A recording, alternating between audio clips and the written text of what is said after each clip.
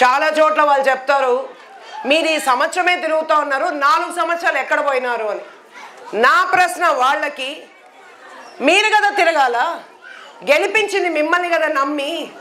మేము వస్తే మా దగ్గర ఏం రోడ్ వేస్తామా, మేమేమైనా బోర్ వేస్తాం, మా వల్ల కాదు కదా. మేమేదో 500 5,000 ఇచ్చిపోతాం తప్ప 5 లక్షలు 10 లక్షలు ₹1 కోటి పెట్టేదానికి వాళ్ళు కదా చేయాలా. వాళ్ళ పని మేము తెలుగుదేశం బాగాలేదు అని కదా మిమ్మల్ని గెలిపించుకున్నారు. మీరు కదా ప్రజల్లో తిరగాల, మిమ్మల్ని కదా ఓట్లేసి గెలిపించింది. మీరు ఎక్కడికి పోయినారు 4 ఇయర్స్ అంటే? మనం పోయిన ఎలక్షన్స్లో కూడా వచ్చాం, ఇలాగే ప్రజల మధ్యకు వచ్చినాం, మీ మధ్యకు వచ్చినాం. కానీ మీరు న్యాయ నిర్ణేతలు, మీరు ఏం చేసినా మేము ఒప్పుకున్నాం, మీ మధ్య మేము తిరుగుతున్నాం.